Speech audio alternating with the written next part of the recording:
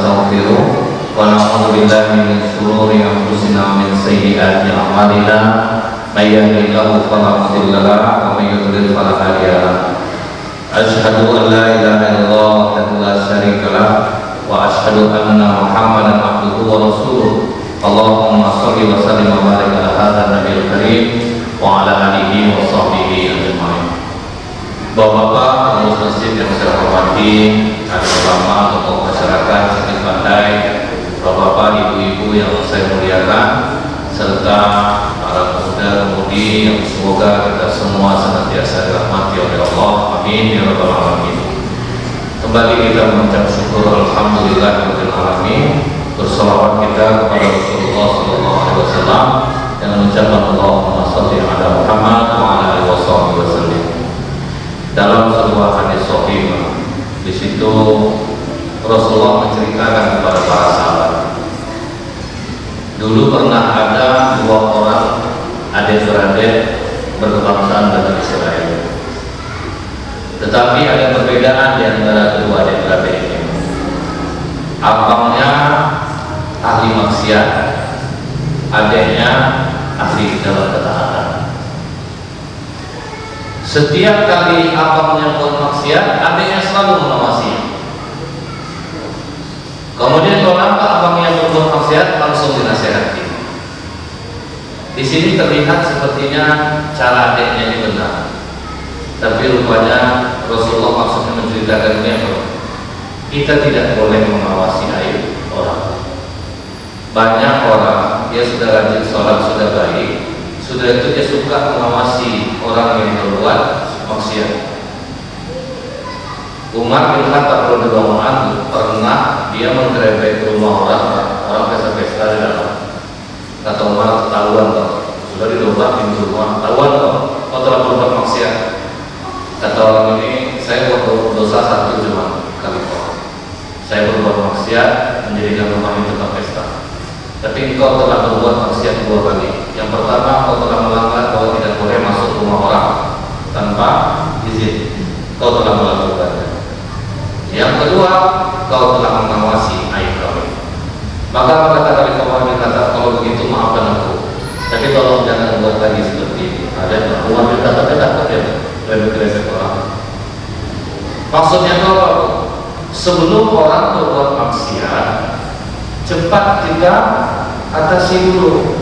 Misalnya orang berdua-dua, kebanyakan masyarakat kita nih Pak, begitu nampak orang berdua-dua, misalnya di anak ini berdua laki-laki perempuan, sebetulnya sudah bisa didatangi, dikasih tahu tolong di sini tidak boleh sampai jam sekian, duduk seperti ini tidak boleh di dalam rumah. Bisa sebetulnya, cuma peraturan masyarakat ini dintainya dulu Pak. Melapor RW itu orang berdua satu RW A, kita tunggu dulu agak lama. Kita masuk ya nanti ke dalam, tunggu 15 menit dulu baru kita kerjakan. Kan banyak dari itu Pak.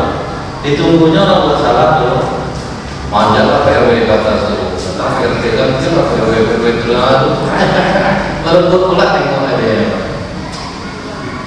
Jadi itu kesalahan masyarakat kita ini, selalu diawasi dulu orang dan berbuat salah dia baru ditegur. Makanya banyak kejadian siapa yang berbuat seperti ini, tak lama suatu dia pula yang berbuat seperti ini. Karena kata Rasulullah, siapa yang membuka aib orang, Allah akan membukakan aibnya pula sekalipun dia bersembunyi di dalam rumah. Karena kita dilarang ta'assasu wa la tajassasu. Jangan memata-matai orang. Kita kan dilarang, tidak boleh memata-matai orang. Kecuali ini kecuali apa yang dilakukan misalnya polisi Pak, meminta orang sudah mentugas dia. Ini katakan tugas kita tapi kita kerjakan di situ benar. Kita ini banyak mengambil lahan kerja orang, betul tidak kerja kita. Jadi ini yang kita maksudkan kita sebagai masyarakat jangan mengawas-awasi aib orang. Tapi kalau sebelum dia melakukan kesalahan, kasih tahu. Jangan tunggu dia berbuat salah baru kita grebek. Jadi adiknya ini Bu, kemanapun abangnya pergi selalu diawasinya. Begitu abangnya buat maksiat dinasihatinya. Sampai anaknya kesal, oh urusannya lagi di luar negeri, sibuk betul mengawasi aku, dia lari nggak ngerti mengawasi aku. Biar aja lah Allah yang mengawasi aku, nggak usah kau lagi. Jadi karena kesal juga orang. Memang dikatakan Rasulullah adi nasihat, agama ini nasihat. Nasihat itu harus memenuhi dua unsur, watawassaw bil haq, watawassaw bis sabr, benar dan sabar. Jadi harus dicoba dua-duanya, benar dan sabar. Ibu nampak bapak salam dulu. Ibu ini kan tua, bodoh juga, mengingat tua juga, bodoh. Kan betul tua, benar. Tapi itu tidak sabar. Caranya bagaimana? Pas sedang makan bersama, itu pura-pura nanya, apa ada nggak kerja duduk di sekolah? Ada mah? Gimana kata ibu cara duduk? Pertama mencuci tangan, kedua kumur-kumur, ketiga masukkan air ke dalam itu. Kan terdengar sama bapak tuh bang, salah boleh dirubah, kaki dulu muka ada. Jadi tidak bisa kita tunggu ya kalau ngasih tahu orang itu benar dan sabar. Coba. Jadi tidak bisa benar aja. Kalau benar aja bisa kasar kita. Saya ingat ada masjid, telekung masjid di Minggu ini kan boleh dipakai. Kan tidak semua orang lewat yang bawa telekung. Jadi ada ibu-ibu ngambil telekung, ada ibu-ibu yang udah duluan datang di masjid itu, orang-orang sana, orang tempatan, ada ibu ke sini lah, langsung ngomong ini, bawa telekung dari rumah ya, telekung masjid yang dipakai. Yang dibilang ibu itu betul, tapi tidak sabar seperti itu. Nah, jadi memang agama ini nasihat, tetapi nasihat itu mesti benar dan sabar. Yang kedua, kata Rasulullah, jangan beri nasihat kepada orang yang tidak meminta. Nah, itulah Pak. Jadi harus pandai-pandai kita nipu. Tidak selamanya orang cerita sama kita itu minta nasihat. Kadang kita sok lebih tahu Pak. Orang cerita, insya Allah Pak, 2 bulan lagi aku mau buka bisnis laundry. Orang tak minta nasihat kita, tak usah laundry lagi, karena banyak tutup.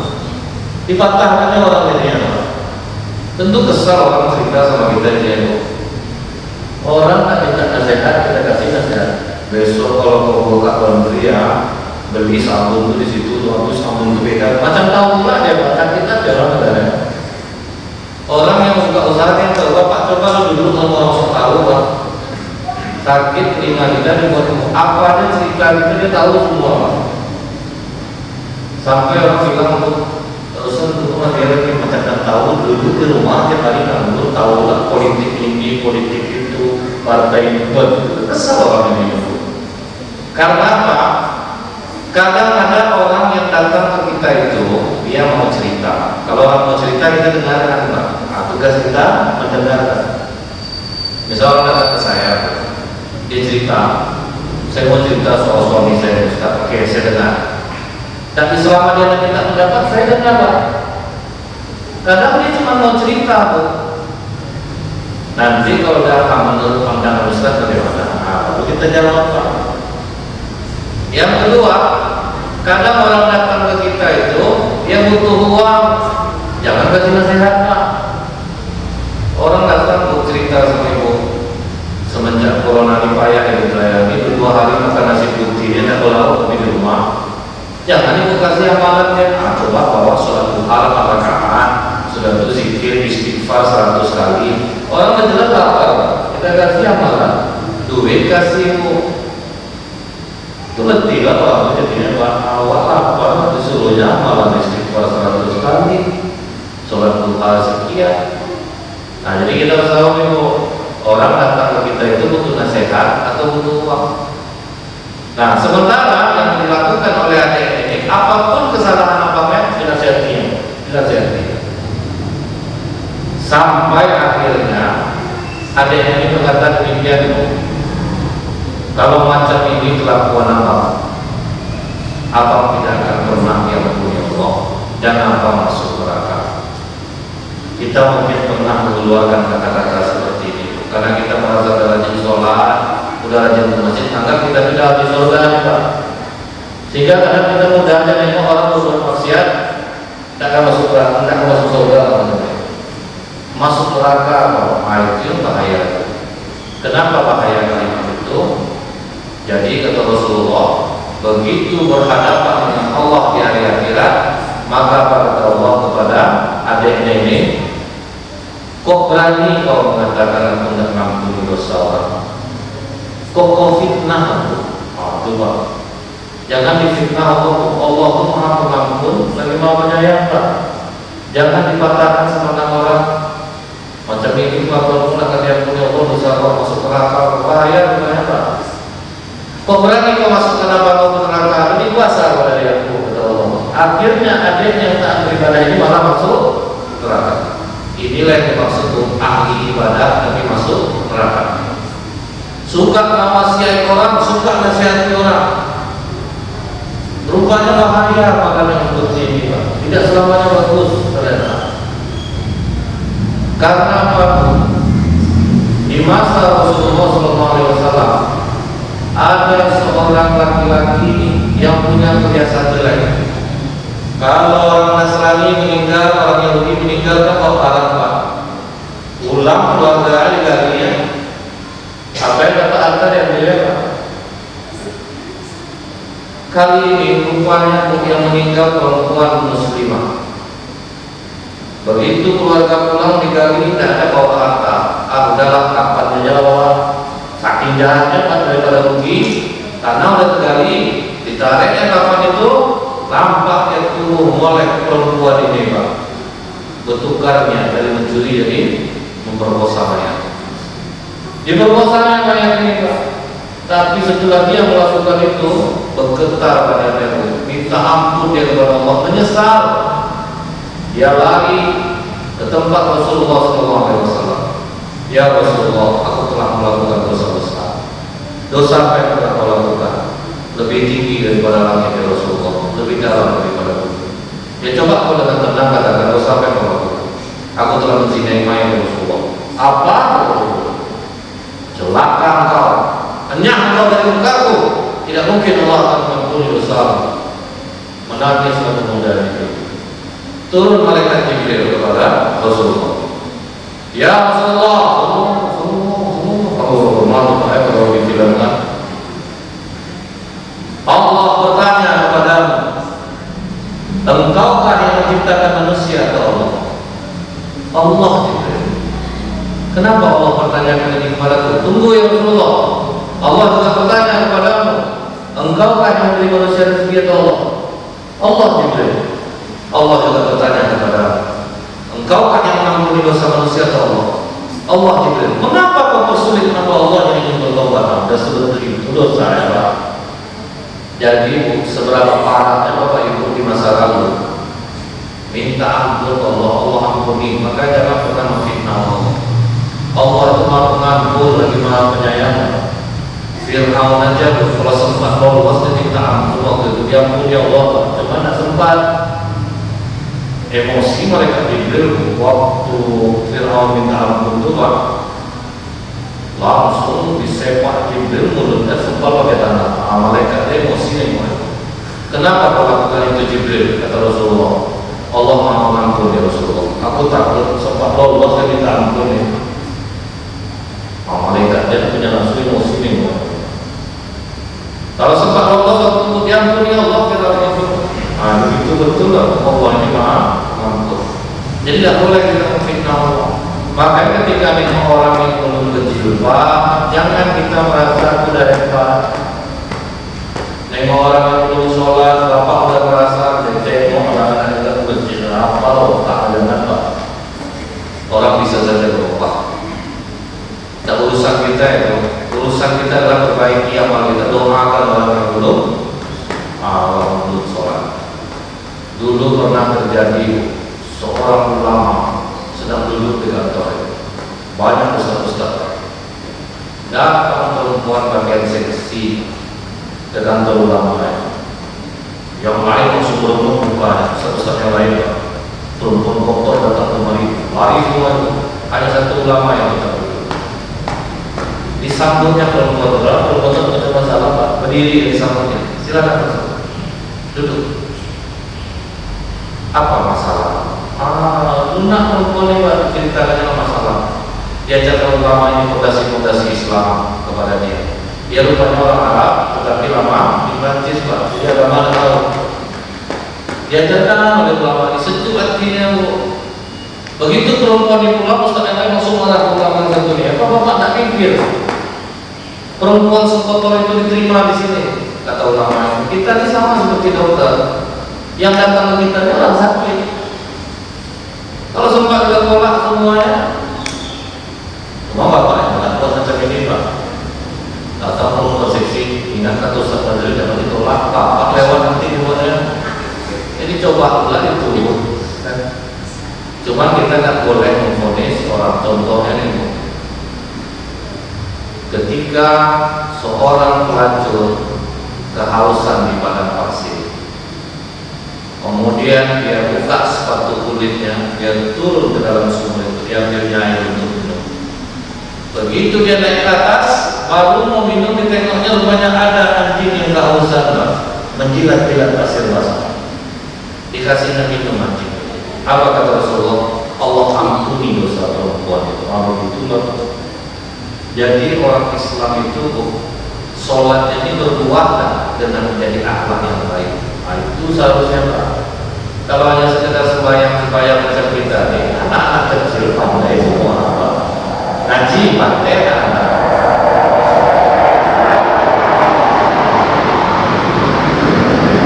Paling pas puasa, kalau pas puasa ya ada anak-anak mau ngaji Pak. Kenapa anak ngaji? Benci sama nenek Ustaz, baru kan aku dulu salah membaca aja, cuma kayak mengeluarkan anak semua. Kadang Pak ya, itu maksud kita tuh lain, membenarkan bacaan dia, tapi orang sedang ngaji itu kan tergantung Pak. Nanti pas giliran ibu yang ngaji, waktu ibu baca dengan benar, jadi mereka menyimak. Ini baru aku salah, aku sudah jadi dia lagi Pak. Sedang semangat narik nafas tuh baru pegang gitu. Aku salah, itu dua aja lagi Pak. Benci sama nenek itu salah baca, itu biar aja dia dulu. Penting kecintaan dulu, enak nanti baru diajarkan dia. Itu seni sebetulnya dalam mengajar itu memang seni. Contohnya nih Bu ya, ketika Buya Hamka ditanya oleh seorang perempuan, Buya, boleh nggak kita pakai kutek dalam keadaan tidak halangan? Kata Buya Hamka, boleh. Pokoknya pas mau sholat kikis, habis sholat pasang pakai, asal nanti kikis pakai. Kan sebetulnya melarang tuh Pak. Cuman caranya harus boleh, nanti pas sholat kikis, pas sholat kikis, karena itu kerja Pak. Tipis kuku orang membuatnya bukan. Nah, kalau pasangan halangan silakan pakai betul. Itu seni cara menyampaikan yang diajarkan oleh para ulama. Nah kemudian akhirnya adiknya yang menasehati ini masuk neraka, abangnya yang maksiat ini justru diampuni Allah karena kata-katanya, biarkan Allah yang mengawasi aku. Dia sadar dia salah, cuma nggak ingin dia diawas-awasi seperti itu. Kita ini suka mengawas-ngawasi orang sehingga kita bisa melihat debu di mata orang, tapi lupa pokok pohon di mata kita sendiri. Semua kita ini punya aib Pak. Aib itu apa Bu? Kita takut kalau orang tahu, malu kita, itu aib namanya. Sementara ini kita semua masing-masing punya aib yang takut orang tahu. Apa bedanya dengan orang lain? Jadi itulah Bu. Kadang kenapa kalau kita lihat film-film action barat, tidak ada perempuan yang menggosip, karena memang mereka tidak ada gosip Pak. Kurang suka bahas orang itu kelebihan orang yang berpaham. Sinetron Indonesia ini Pak. Aku mulai Pak. Pokoknya rata-rata film Indonesia pasti kuncing Pak. Tidak ada. Bapak perhatikan film-film barat, mereka tidak ada kok, tidak ada ibaratnya duduk perempuan berbuat menceritakan buruk orang, tidak ada Pak. Tapi kalau film Indonesia pokoknya ibu tontonlah film terkuat, wanita terkuat di muka bumi, Indosiar. Itu kan perempuan paling kuat di muka bumi itu. Mau dipoligami, mau diusir suami tetap sayang Pak ya. Kalau ada diusir hujan lari ke ibu. Itu nanti ada orang bilang dari Pak ya, keluar. Dan terbaca Bu, pasti mau gunjing terus Bu, yang ini jahat sama ini jahat sama itu, gunjing Bu filmnya itu. Nah ini makanya Bu ya, kita tuh kurang-kurangi lah, makanya umur 40 ke atas itu sudah mulai kita coba lebih banyak mengurus diri sendiri, karena itu dari fase ketiga, fase anak-anak sudah lewat, fase remaja sudah lewat, nah ini fase ketiga. Kalau fase ketiga tuh kurang-kurangi lah untuk bercerita-cerita. Dia tak laki-laki dan perempuan sama aja sekarang. Laki-laki kunci juga, dan gayanya berbeda. Kalau laki-laki akan lebih elegan sedikit. Semenjak lurah ini aku bukan menjelekkan orangnya, bukan menjelekkan orang. Bedanya dengan perempuan lebih hebat lagi Bu. Jarak 5 meter tak pakai suara tapi tahu apa yang diceritakan orang. Langsung tahu tuh. Bisa paham orang bingung nih orang tua kan? Nah itu kelebihannya. Kemudian Bu ya, ternyata yang membuat kita masuk surga jangan hanya mengandalkan amalan kita, jangan hanya mengandalkan ibadah, jangan mengandalkan ilmu, jangan mengandalkan kekayaan. Karena rupanya kita ini bisa masuk surga kalau Allah merahmati kita dengan amalan-amalan yang kita lakukan. Maksudnya berbuatlah amalan kita itu, baru kita dirahmati Allah. Ini contoh nih Bu ya, seorang perempuan datang kepada Rasulullah tangan dalam keadaan hangus terbakar, dalam keadaan dia terbakar. Apa kata Rasulullah? Ya Rasulullah, tolong doakan kepada Allah agar tangan ini sembuh. Kata Rasulullah, kenapa dengan tanganmu? Tadi malam aku bermimpi ya Rasulullah, rasanya kiamat sudah terjadi. Kemudian aku melihat ibuku di neraka sedang mengusir-usir api dengan sepotong kain dan daging di tangannya. Aku bertanya kepada ibu, wahai ibu, bukankah kau di dunia taat beribadah dan ayah ridho kepada Allah? Karena kunci surga adalah suami ridho, ibadah banyak Bu. Ayah ridho, kenapa kau berada di neraka ibu, dan apa di kedua tanganmu itu? Ibuku menjawab kepada Rasulullah, memang nak, di dunia ibu banyak beribadah dan ayah ridho kepada ibu, tapi selama hidup di dunia hanya sepotong kain dan daging inilah ibu pernah bersedekah. Lupa pelit Pak, sholat gak bagus, pelit, kain dan daging yang cuma pernah disedekahkannya. Ayah mana ibu? Ayah orang dermawan Pak. Dia sedang membagi-bagikan air minum di Telaga Kausar. Maka aku pergi ke tempat ayahku ya Rasulullah, dan aku melihat ayahku sedang membagi-bagikan air. Aku langsung marah kepada ayahku dalam mimpiku itu. Wahai ayah, ibu berjuang di neraka mengusir api, sementara kau di sini memberikan orang minum. Minta aku sebelah saya agar kuberikan kepada ibu. Kemudian ayahku menjawab kepada Rasulullah, jangan nak, di sini sudah tidak ada tolong menolong lagi. Aku tidak peduli ya Rasulullah. Aku rampas satu gelas di tangan ayahku, aku pergi ke neraka bermaksud tidak memberikan kepada ibu. Belum sampai gelas itu ke mulut ibuku, api neraka datang menyambar tanganku. Begitu aku bangun dalam musir itu, maka Rasulullah meletakkan tangan di tongkat di tangan perempuan. Ya Allah, bila benar mimpi perempuan ini, sembuhkanlah tangannya. Sembuh Pak, berarti betul mimpinya. Ibadah banyak, rupanya pelit. Dan kita kadang-kadang kena penyakit ini Pak. Kalau soal sholat, jangan tanya lagi. Soal ngaji, jangan tanya lagi.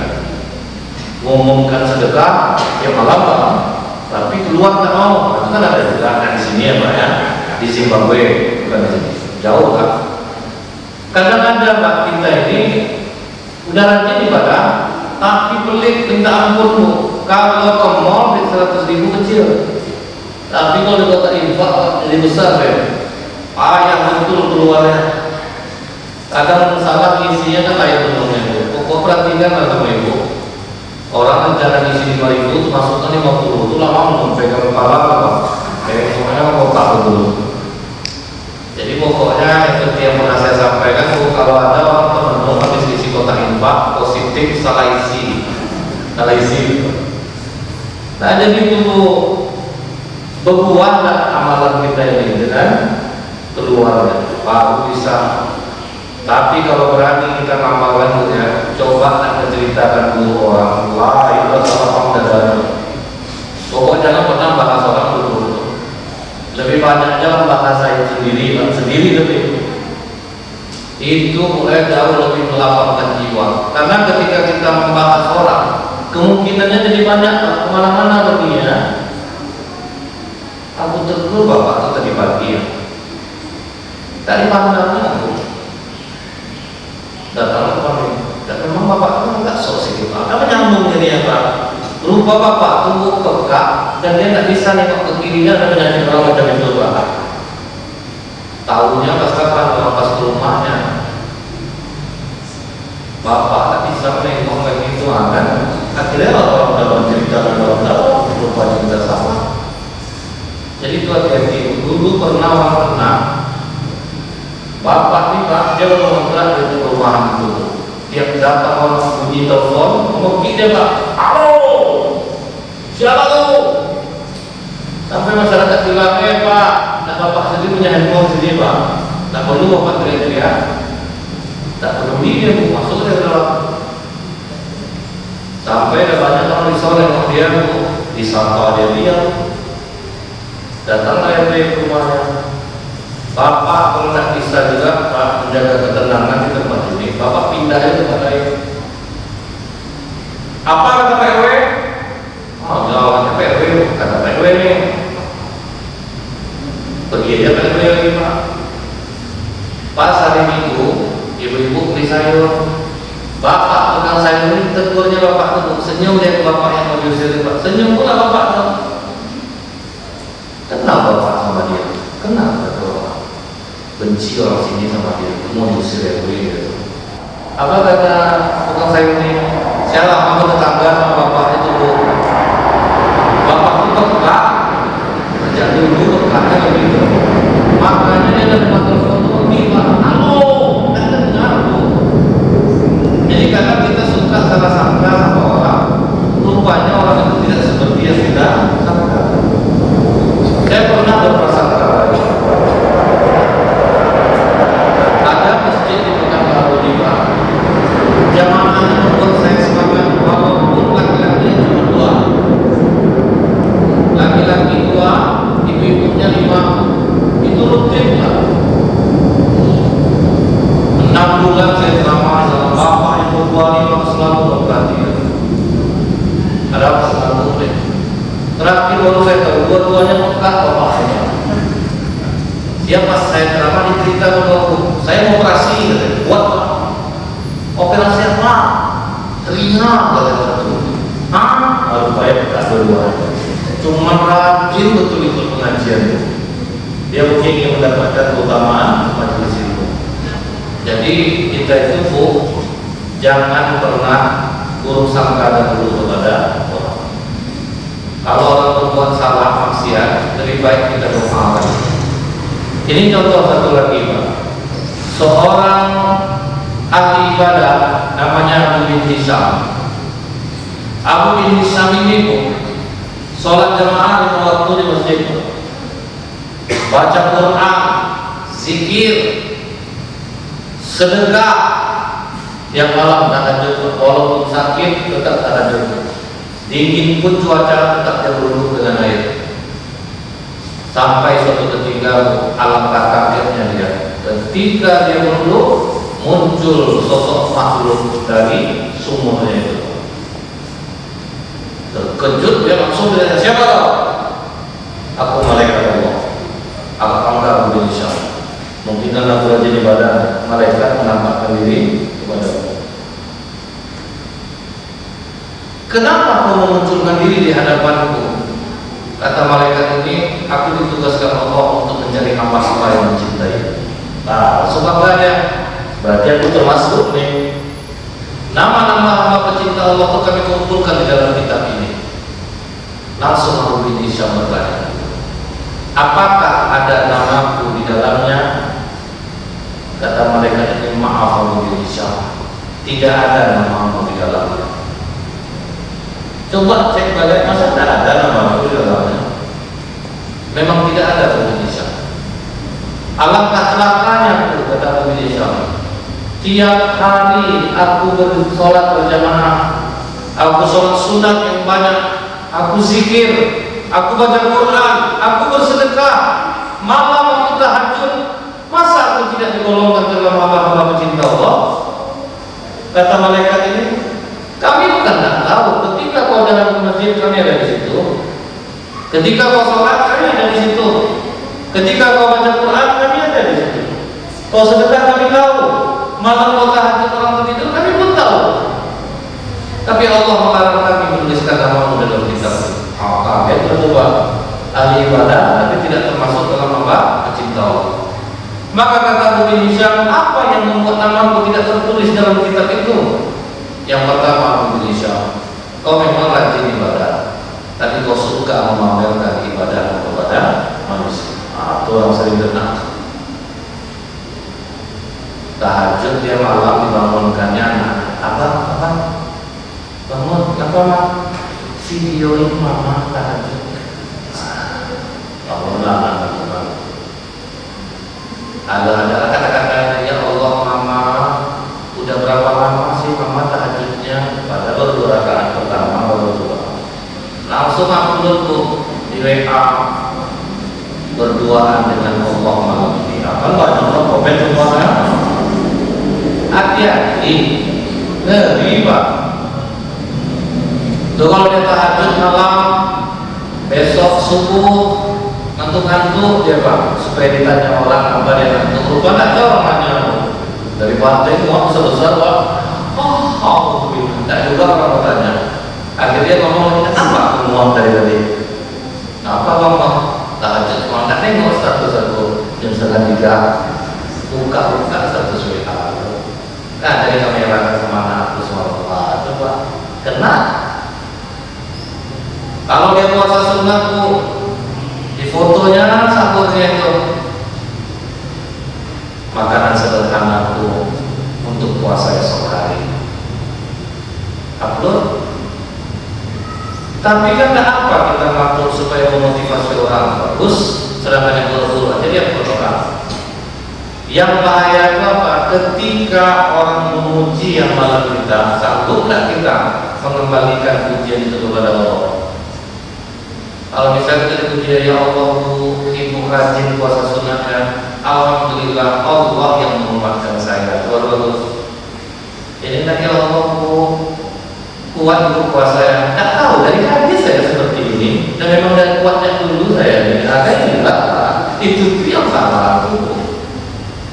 Ketika dipuji orang itu kita tidak sanggup pak, kembalikan pujian itu kepada Allah. Karena kalau sempat berhenti bapak itu upload kayak buru-buru aja kayak orang sekarang. Jangan ada ceramah saya, maksud saya itu upload lah, tapi jaga hati. Ketika dipuji orang cepat kembalikan pujian itu kepada Allah. Allah yang memberikan itu kekuatan, bukan kekuatan itu sendiri. Nah, itu boleh. Jadi itu ya boleh upload silakan. Ini kadang sedekah kalau 2000 ditumpuk-tumpukkannya tangannya pak. Kalau 100 bertenteng yang 100 tak. Nampak 100. Makanya itu kita kebiasaan pas bulan puasa acara hati ke hati karena dia senang pak dipanggil namanya. Dari ibu itu berapa? Itu bahaya. Coba kalau tidak diumumkan masih mau nggak jumpa gitu. Bisa tulis nama aja di itu ya. Kadang pak kalau main hati-hati itu pak, akhirnya orang banyak menumpang di luar batas angkatan dia tuh. Besok dia berbuka puasa tapi berbuka nempo. Nah, saya ngomong saya saing pak ya. Pernah dulu di satu masjid 8 juta kata bapaknya pak. Besok istrinya ketemu di kerupuk. Kau beli kerupuk, istri lu gula. Abang kemarin yang bangun masjid habis duit semuanya kan kena dia. Jadi kalau main tolong-tolong itu juga bahaya. Bisa tersebut angka yang ganda jadinya pak. Padahal kita nggak sanggup. Nah ini hati-hati ya, karena ikhlas dan ria itu sekarang sudah setipis kulit bawang. Itu ngerinya kita. Orang bisa saja beramal awalnya ikhlas. Awalnya ikhlas karena dipuji jadi tidak ikhlas. Jadi caranya gimana kalau orang memuji kita? Ya Allah, jadikanlah aku seperti yang mereka sangka. Nah, boleh seperti itu kok. Kembalilah kepada Allah. Karena kata Rasulullah, pujian itu adalah kabar gembira yang didahulukan bagi seorang mukmin. Jadi dibolehkan memuji itu. Tapi di hadis lain, Bu, jangan engkau memuji karena engkau akan menghancurkan orang. Itu ada juga tuh, Pak. Maksudnya itu apa? Jangan memuji yang tidak ada pada diri orang. Misal neneknya keriputnya ada banyak, Bu. Terus ibu bilang, nek berapa mau nenek? 80. Ya Allah, nek macam anak lagi juga tuh dia nenek lagi. Dia tak boleh, Bu. Itu tak tidur nenek itu malam capek kan nyari di cermin, Bu. Yang mana lah kulit aku yang macam anak lagi juga. Itu kasihan dia juga nanti tidur dan malam di luarnya. Memuji itu harus sesuai dengan keadaan. Tetapi, Bu, khusus untuk suami istri malah dianjurkan berbohong ketika memuji. Tidak boleh jujur. Bapak kalau jujur, Pak, sakit hati ibu tengok Bapak. Sudah capek dan Pak kata kita cantik Bang. Ini abang jujur dia, macam batu dia, dosa, malu Bang. Jadi tidak boleh Pak berbohong kita. Nampak macam batu Pak, ya Allah deh. Tak nyangka Bang bisa aja makeup beginian, ya Allah cantiknya. Tapi coba deh kalau alami aja. Wah, rupanya dek mau makeup atau tak cantik kan enak Pak. Ini mempatah tebu aja Bu.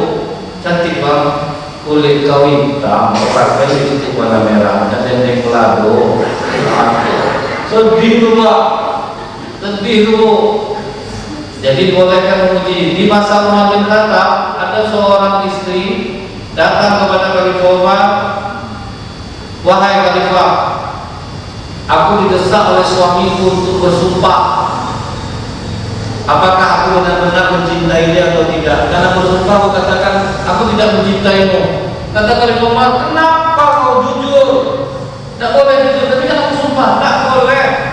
Bilang aja cinta. Boleh. Bayangkan rumah untuk suami istri, maka dibolehkan berbohong memuji. Istrinya udah gendut, mengatakan ya Allah, kadang berubah diri dia langsing masih macam dulu. Tuh bagus Bu, daripada jujur Bu, setia Ibu. Ya Allah, kau sakit yang memakan dia sampai selebar itu pada nolai waktu sedih minta ampun. Sampah dimakan, apa dimakan, tengok badan macam itu dia. Kan sedih dia. Pada bapak itu kadang-kadang program badan tidak juga terawat. Dia kaya, istri selalu salahkannya. Itu Bu. Kemudian yang kedua kata malaikat ini, kau rajin beribadah, tapi kau tidak pernah memberi makan orang lapar. Itu pernah juga tuh. Kita punya acara di rumah, ya kita ajak tetangga orang makan semuanya. Betul kan? Mau masuk puasa ngajak orang makan, orang kenyang semua di bawah. Pernah nggak kita mengajak orang lapar? Ciri orang lapar itu apa Bu? Dia punya pekerjaan, kemudian tidak bisa untuk memenuhi kebutuhan makannya, tetapi dia tidak pernah meminta-minta kepada orang. Itu yang orang lapar itu. Yang minta-minta di jalan itu Pak, itu penumpuk harta namanya. Kata orang yang kata oleh Allah, apabila kalian melihat meminta-minta yang sama orangnya setiap hari, mereka bukan orang miskin, tapi penumpuk harta. Jadi janganlah hilang-hilangkan dari ibadah Pak. Mau gimana pun gaya komunis itu ya, tidak usah dikasih Pak, tidak usah dikasih. Mereka bukan orang lapar, karena tiap hari dia aja orangnya Pak. Orang lapar itu tidak mau minta, makanya susah nyarinya Pak. Kenapa Nabi Ibrahim digelari Khalilullah? Karena dia sampai harus berjalan 1-2 mil tiap hari Pak untuk bisa mencari orang lapar. Makanya orang lapar itu dicari. Tidak bisa Bapak lewat Ponegoro hari Jumat tanpa ibu-ibu pakai gerobak boni satu, ibu kasih itu setiap hari dia seperti itu. Udah jadi ladang sama orang bertobat, namanya di bulan puasa. Akhir banyak pengemis tubuh, pencariannya lebih besar dari kita coba. Satu kali lampu merah 60 detik, 1 menit, orang berhenti taruh kali 50. Yang ngasih 25 aja 1000 dan gaji dia 25.000 buat. Satu kali lampu merah, kali sampai malam. Itu yang mau kita ibaratkan. Mau gimana pun kayaknya berusaha dikasih. Kita harus mencari orang lapar itu. Makanya kata Allah ulama atau kamal akobah, tahukah kalian perjalanan yang mendaki lagi sukar itu? Salah satunya Allah kita amfi yaumin zimal ghawah, memberi makan orang lapar. Karena dari kata orang susah nyarinya, Pak, karena mereka nggak mau minta. Makanya Yayasan Tabung Wakaf Umat, milik Ustaz Abdul Somad, itu tidak melibatkan RT dan RW menjadi orang lapar. Tim mereka langsung turun. Karena kalau dilibatkan RT RW, kasihan nanti masyarakat kita ini dapat satu, dapat semua, Pak. Masukkan nama saya sebut RT RT ini lain pula, malas mana ya? Pokoknya semenjak RT ini lain betul lah. Kan kasihan Pak RT ini ya, ngadu ke RW, tolong Pak RT itu bilang apa ya kata RW ya Pak. Makanya Bu, mereka langsung cari. Saya tak nyangka Pak, bisa mereka ketemu rumah orang di depan di Pekanbaru 5, lantai tanah tidak makan 2 minggu, bisa orang tahu mereka. Karena betul-betul dicari Pak. Kalau sempat dapat yang seperti ini Bu, baru hati bisa menjadi lembut.